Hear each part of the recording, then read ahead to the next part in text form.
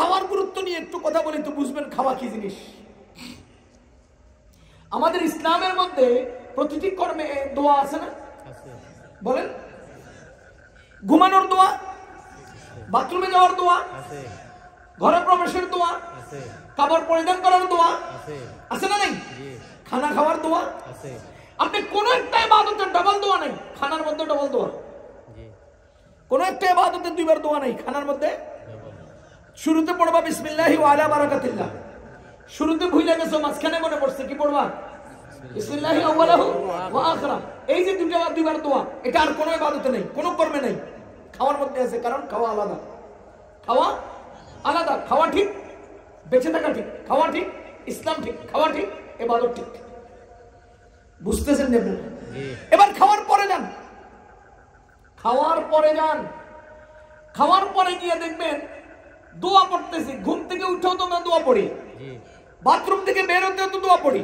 আলহামদুলিল্লাহিল্লাযী আযহাবা আন্নী আল আযা ওয়া আফানি।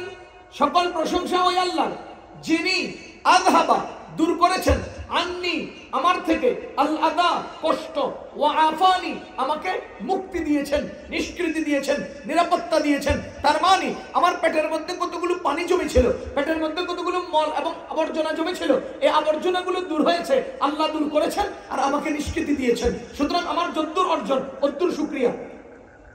বলেন, যদ্দুর অর্জন অদ্দুর শুকরিয়া। কিন্তু খানা খাওয়ার বেলায় আপনি দেখেন যদ্দুর অর্জন শুকরিয়া অদ্দুর না, এর পিছনে অনেক লম্বা একটা কর্মের পেছনে, জীবনের পূর্ণতার উপরে, জীবনের পূর্ণ উদ্দেশ্যের উপরে আমি শুকরিয়া আদায় করি। আলহামদুলিল্লাহিল্লাযী আত'আমানা, আমি খানা খেতে বসলাম, খাইলাম। ওয়া সাকানা, আমি খানা খেতে বসে পান করলাম। এই তো দুই কাজ হলো। আমার খাওয়ার প্লেটে অর্জন হলো খাওয়া, প্লেটে অর্জন হলো পানি। আমি খাইলাম আর পান করলাম, অথচ আমি যদ্দুর অর্জন করলাম অতটুকুন দোয়া পড়ি না। আলহামদুলিল্লাহিল্লাযী, হে আল্লাহ সকল প্রশংসা আপনার, যিনি আমাকে আত'আমানা আমারে খানা খাওয়ালেন, ওয়া সাকানা আমাকে পান করালেন। কিন্তু মুসলমান, এই খানার পরের দোয়ার মধ্যে আরো একটা অংশ আছে না নাই? কি সেটা? ওয়া জাআলানা মিনাল মুসলিমিন। হে আল্লাহ, আপনার সকল প্রশংসা যে আপনি আমাকে মুসলমান বানিয়েছেন, তার অর্থ কি? আপনি খানা খাইলেন আর পান করলেন, এর সাথে মুসলমান হওয়ার শুকরিয়া আসতে হবে কেন? আপনি পান করলেন আর খানা খাইলেন, খাওয়া আর পান করার পরিপ্রেক্ষিতে যদ্দুর অর্জন অদ্দুর শুকরিয়া হলেই তো হতো। কিন্তু যদ্দুর অর্জন অদ্দুর শুকরিয়া কেন শেষ হলো না? এরপরে জাআলানা মিনাল মুসলিমিনের শুকরিয়ার দরকার হলো কেন? এর মূল কারণ, আমার খাওয়া পান করা শুদ্ধ হওয়ার কারণে আমার জিন্দেগীর মুসলমানিত্ব শুদ্ধ হয়েছে। খাওয়া পান করা শুদ্ধ হওয়ার কারণে মুসলমানিত্ব শুদ্ধ হয়েছে। খাওয়া পান করার গুরুত্বের কারণে মুসলমান হওয়ার গুরুত্ব রয়েছে। এই জন্য আলহামদুলিল্লাহিল্লাযী আত'আমানা ওয়া সাকানা, গল্প শেষ। আমার অর্জন যদ্দুর, আমার শুকরিয়া অদ্দুর, শেষ হয়ে যাওয়ার কথা। কিন্তু ওয়া জাআলানা মিনাল মুসলিমিন কেন আসবে? কেন আসবে? এর কারণ খাওয়া পান করার ভিত্তিতে আমি মুসলমান। বলেন, খাওয়া পান করার ভিত্তিতে আমি মুসলমান। এই জন্য আমার খাওয়া পান করার সাথে মুসলমান হওয়ার শুকরিয়া দরকার হয়। কথা কি বুঝতেছেন না? এবার বলেন, আমার খাওয়া শুদ্ধ হলে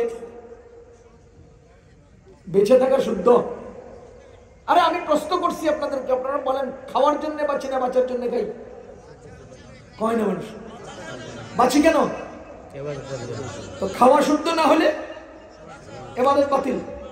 ইবাদত বাতিল মানে জীবন বাতিল। ইবাদত বাতিল মানে জীবন বাতিল। আপনি খাওয়াকে কেন্দ্র করে জীবন নষ্ট করবেন কেন? অমিয়া খাইতে কদ্দুর লাগে? নিজের প্লেটের খানা আপনার, খুব খেয়াল করে শুনেন, আপনার নিজের প্রয়োজনীয় কদ্দুর, যদ্দুর আপনার প্লেটে, আর আপনার উপার্জন কদ্দুর। উপার্জন কার জন্য? অন্যের জন্য। আমি সহজে বুঝাই। আপনারা খানা খেতে বসেন কিনা? বলেন, বসেন কিনা? আমার বাড়িতে আপনি দাওয়াতে আসছেন, বা আপনার বাড়িতে আমি দাওয়াতে গেছি, বা আপনারা একজন আরেকজনের বাড়িতে দাওয়াতে গেছেন। বাটির মধ্যে 10টা ডিম আছে। কয়টা? আপনি একজন খানা খেতে বসছেন, ডিম আছে 10টা, মুরগির গোশত আছে 10টা, ইলিশ মাছের টুকরা আছে 10টা, এক বাটি গরুর গোশত আছে, আরো ভর্তার গোল্লা আছে 10টা। খাইতে বসেন কয়জন? একজন। বুঝেন?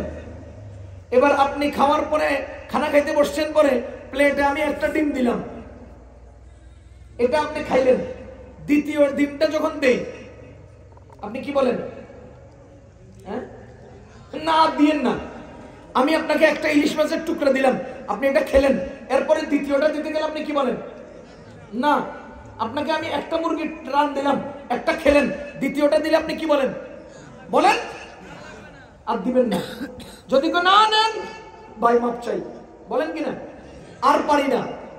আচ্ছা, আপনি খাওয়া দাওয়া শেষ করছেন, ইনসাফের সাথে কথা বলেন। আপনি খাওয়া দাওয়া শেষ করছেন, হাত মোছা শেষ, চকিতে এসে বা চেয়ারে এসে বসছেন। এবার আমি আপনাকে কানে কানে জিজ্ঞেস করলাম, ভাই আমরা তো বিরিয়ানি পাকাইছিলাম, আপনার সাথে কি 10 প্যাকেট বিরিয়ানি দিয়ে দেব? কি বলবেন? হ্যাঁ হ্যাঁ,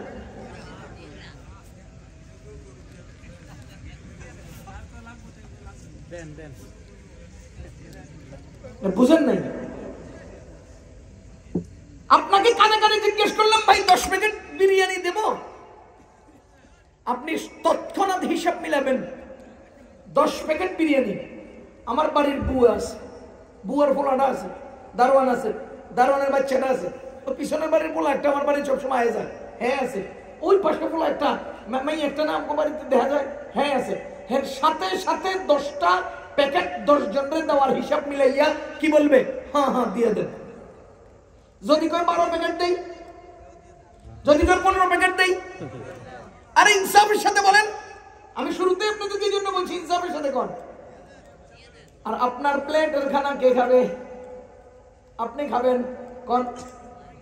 আমার প্লেটের খানা কে খাবো? আমি খাবো। 10টা ডিম আছে, আমি যদি বলি 2 নাম্বার ডিমটা দেই, আপনি কি বলেন? 2 নাম্বার ইলিশ মাছের টুকরাটা দেই, আপনি কি বলেন? 10 প্যাকেট বিরিয়ানি দিয়ে দেই, আপনি কি বলেন? বুঝেন নাই? আপনার নিজের প্লেটে আপনাকে যখন দিতে চাই, আপনি একটার পরে দ্বিতীয়টা নেন না। কিন্তু আপনি অঙ্ক কইরা বুয়ার পোলা, বুয়ার মাইয়া, বুয়ার দাদা, বুয়ার চাচা ইত্যাদির হিসাব কইরা আপনি 10 প্যাকেট নিয়ে আনেন। তার মানে দুনিয়ার মানুষ নিজের জন্য অতটুকুন চায় না, সন্তুষ্ট হয়ে যায়, অন্যের জন্য সন্তুষ্ট হয় না। যত বাবা কামাইতেছে ফলাফলের লেগে, হ্যাঁ, আওয়ামী লীগের যত চোরাই পয়সা কামাইয়া বিদেশে পাচার করছে, ওই কদ্দুর 10 তলা বিল্ডিং এর মধ্যে হ্যাঁ কদ্দুর বুক করে, খাটেরটার কোনার মধ্যে ছোট্ট কম্বল একটা গায়ে দিয়ে হইছে দূরিত। কিরে ভাই, আপনি গরিব মানুষ, টিয়া পয়সা নেই, আপনি ঘুমানোর সময় কদ্দুর? হ্যাঁ, আর ওই বড় লোকে বলেন কদ্দুর। ওই তো আগাইলেন কি দিয়া? আগাইলেন কি দিয়া? আপনি মনে করছেন আমার অর্জন হইলেই আগাই গেলাম? জীবন ভর আমরা উদাহরণ দিছি, জীবন ভর উদাহরণ দিছি। দুনিয়ার সম্পদ আখেরাতে কামে লাগে না, ঠিক নেই? দুনিয়ার সম্পদ আখেরাতে কামে লাগে না। আওয়ামী লীগের নেতা, খেতা, সামসা, বুড়া, ছোট সব এর পতনে আমরা বুঝতে পারছি দুনিয়ার সম্পদ দুনিয়াতে কামে লাগে না। ওর মানিককে চোরা ইন্ডিয়া পলাই যেতে লাগছে, আর পাবলিকের থাপড়াইয়া 65 লাখ টাকা নিয়ে ওর ঘাড় ধইরা কলা পাতার মধ্যে হওয়াই দিছে, বুঝাই দিছে দুনিয়ার সম্পদ দুনিয়াতেও কামে লাগে না। তোমরা আলেমদেরকে হ্যান্ডকাপ, সরকারি টাকার হ্যান্ডকাপ পরাইয়া জেলখানায় পাঠাইছো, আর তোমরা সালমান এফ রহমান সাহেব দাড়ি দুড়ি কাইটা লুঙ্গি পইরা নৌকার চালক সাথে আর পাবলিকের ধইরা ছাগলের রশি দিয়ে বাইন্ধা দিছে, ঠিক বুঝাই দিছে দুনিয়ার সম্পদ দুনিয়াতেও কাজে। ও মানুষ, দুনিয়ার সম্পদ দুনিয়াতেও কাজে লাগে না কেন? দুনিয়ার সম্পদ অর্জন করছো। সুতরাং যদি কেউ হারাম খায় ইবাদত কবুল হবে? হারাম ইবাদতকে কবুল করে না, হারাম ইবাদত কবুল হয় না।